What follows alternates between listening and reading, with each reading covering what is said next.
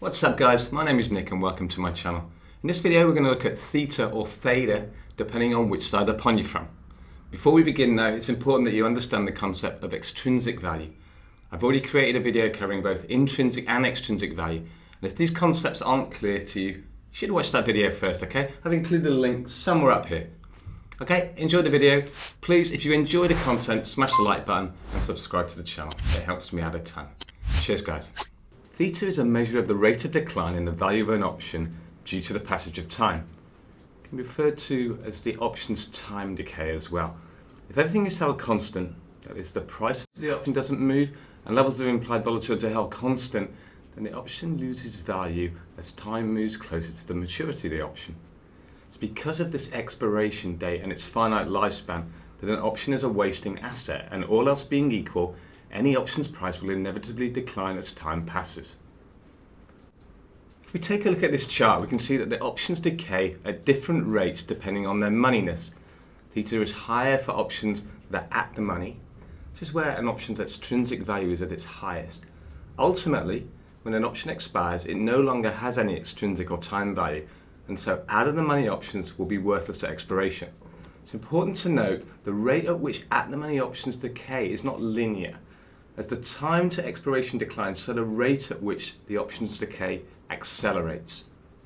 Consider two traders, Bill and Ted. Okay, one is a buyer of an out-of-the-money call and the other is the seller.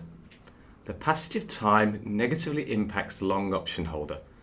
All else being equal, remember this says nothing in regard to the changes in the underlying stock price or changes in implied volatility, the long option holder loses money as time passes. The opposite is true for the short option holder. As he's sold to open the call, he makes money when the price of his option contract goes down in value.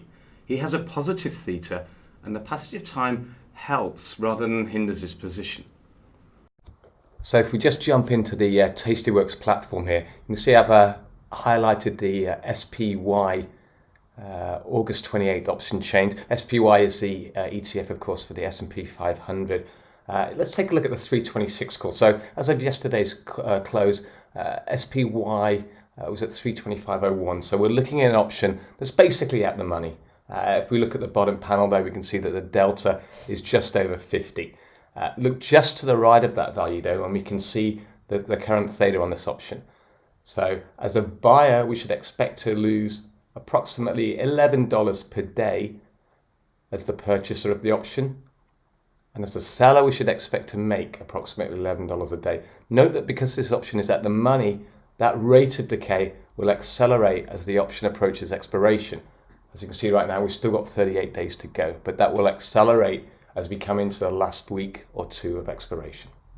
Okay, in summary then, so theta is the daily decay of an option's price solely due to the passage of time.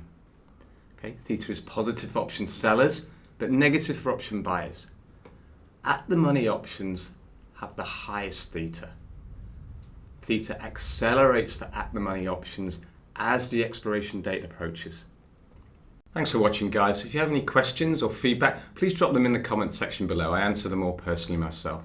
Again, if you like the content, please do me a huge favor, hit the like button, subscribe to the channel, helps me out a ton. I'll see you again soon. Cheers.